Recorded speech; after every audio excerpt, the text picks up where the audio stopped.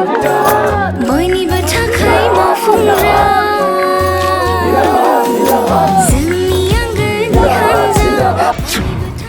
4 नं जमदुवार बियाबाव UPPL आरो कंग्रेस दोलोनि गेदेर खहा खौसेथिनि लामाजों बयनिबो जौगाथिनि थाखाय ना उइलियाम नार्जारिखौ देरहासार खालामनो सा 42 सुबुंफोरा जयनिं जाफैयो नखर नखर BPL हानजा प्रमद बर' दैदेननाय Btr सरखारखौ दुखु मोननानै BPF दोलोआव मदद होफैयो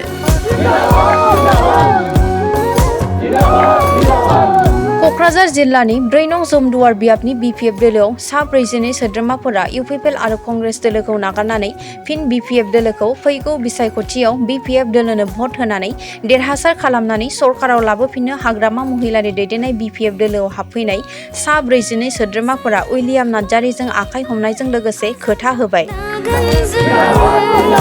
सनानि BTC सनानि BTC सनानि BTC